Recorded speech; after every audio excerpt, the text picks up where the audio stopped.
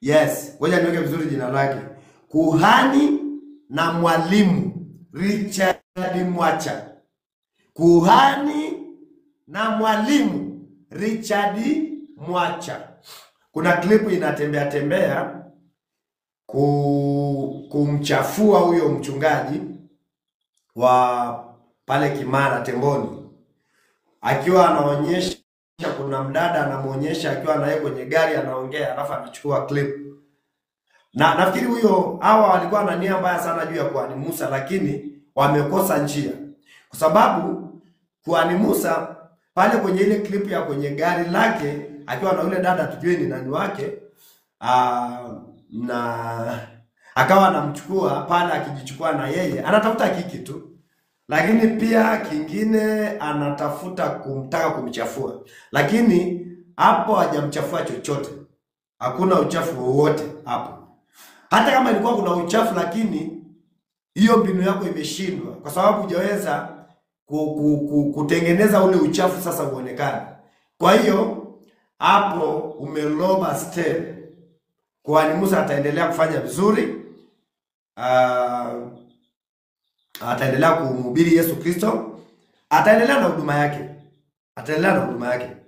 Kwa hiyo hakuna kitu chochote ambacho umefanikisha.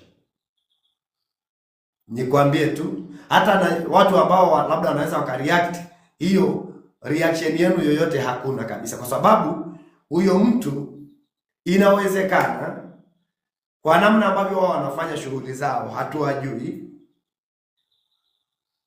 alafu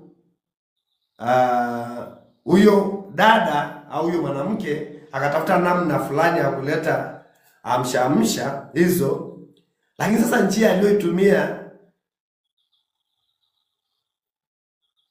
hakufikiria hata, yani haelewi hata, ajitambui kabisa alichokuwa anafanya.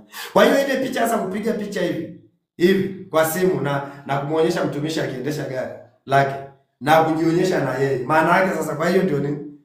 Ndio amekubaka, ndio amekulazimisha kwenye gari, hotelini, guest, shambani. Kakulazimisha wapi? Kwenye simu. Acheni ufala bwana. Kuhani, piga kazi tena, changamka. Mimi ndio kusema, nabii namba 7, mimi ndio kusema. Naendelea kusema mambo mbalimbali kuhusiana na nchi, mambo mbalimbali kuhusiana na huduma za watu, mambo mbalimbali kuhusiana na madhehebu na dini na watu binafsi, kwa sababu kazi moja Mungu amenituma kama nabii: kujenga, kuonya, kutengeneza